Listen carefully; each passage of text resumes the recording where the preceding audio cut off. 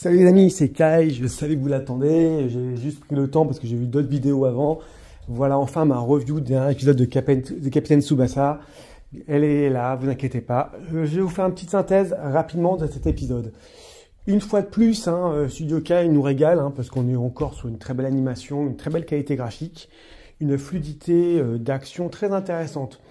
Pour l'épisode en lui-même, après les petits épisodes précédents qui étaient épisodes de transition, on arrive enfin dans le vif du sujet avec un épisode effectivement intéressant qui va commencer par nous montrer un petit flashback de Pasquale et Diaz qui est joué dans les quartiers entre guillemets pauvres à jouer ensemble avec une pièce, une canette, qui chopent des voleurs avec leurs canettes, enfin qui ont un super duo. Bon, c'est pour le côté un petit peu profondeur et touchant des personnages, j'imagine.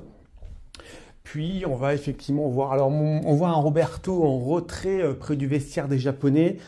Alors bon, moi cette scène me fait marrer parce que je vous cache pas que franchement le Roberto comme ça, moi j'aurais un mec comme ça qui se balade dans mes vestiaires, j'aurais pas vraiment confiance. Donc il a l'air d'être un petit pervers pépère qui se balade dans les vestiaires et c'est pas vraiment super sécure de voir que n'importe qui peut rentrer dans les vestiaires.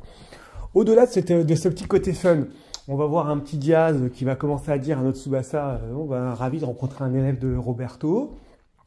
Bon, je sais pas, j'ai l'impression qu'il le fait sciemment de dire, écoute, Roberto est passé nous voir dans les vestiaires.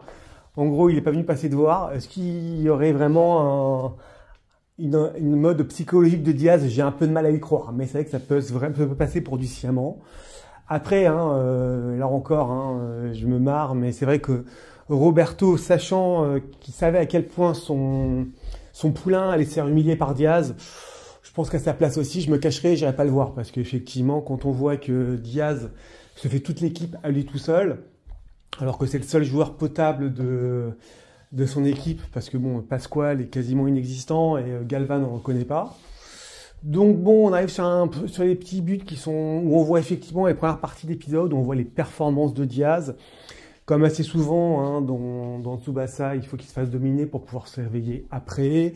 Là, c'est effectivement plus dans le cas d'un Tsubasa qui se pose des questions. Roberto est il nous a vu, il est dans les gradins, il n'est pas venu me voir, pourquoi, comment. Donc on a des petites questions qui se posent. On a une très belle manœuvre de Diaz. Effectivement, on voit ses performances assez exceptionnelles avec ses acrobaties. Son jeu très stylé, ça on peut pas le nier.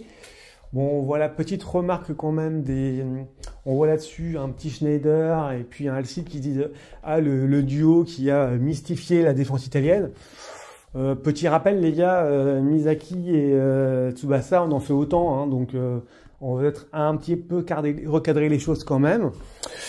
Maintenant, on voit sur la performance de Diaz, qui effectivement marque un premier but tout à fait mérité à Wakashimatsu.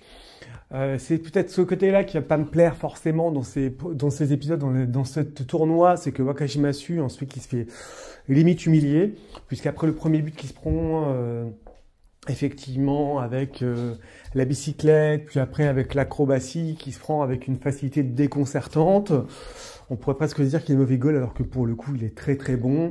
Et qu'en fait, il n'y a pas de goal, il y a vraiment un goal, il n'y a pas de goal. Donc bon, on est sur des belles performances de Diaz. On accentue vraiment le trait pour montrer que Diaz est d'un très très bon niveau. On voit un petit peu Misaki qui tente de faire de percer solo.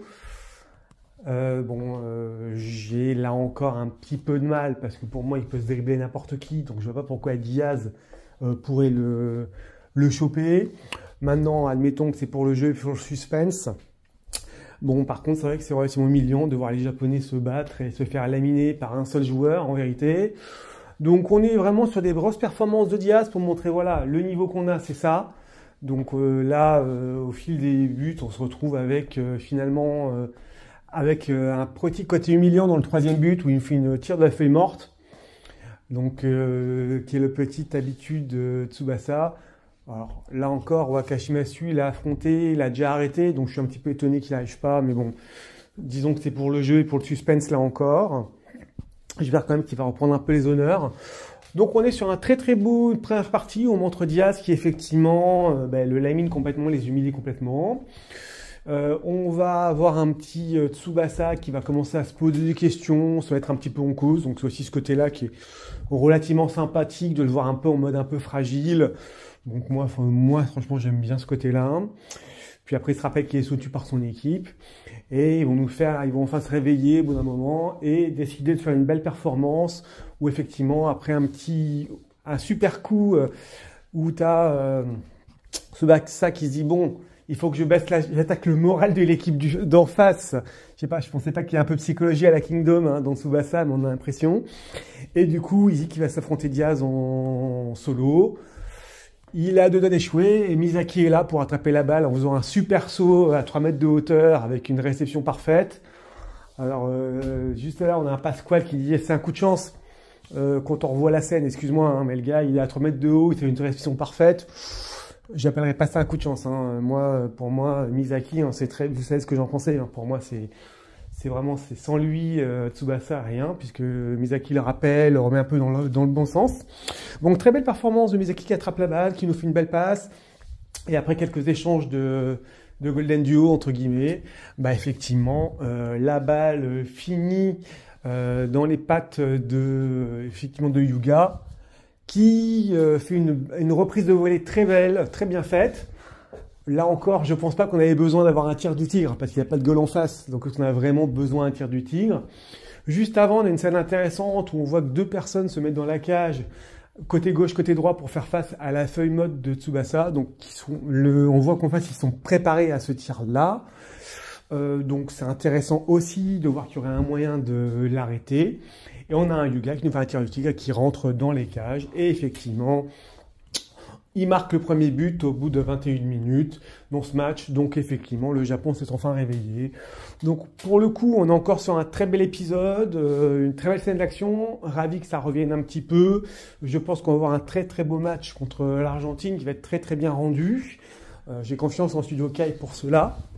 Et effectivement, j'ai hâte de voir la suite. Mais on est encore sur une très belle performance, un très bel épisode. Donc je dirais merci et on attend la suite.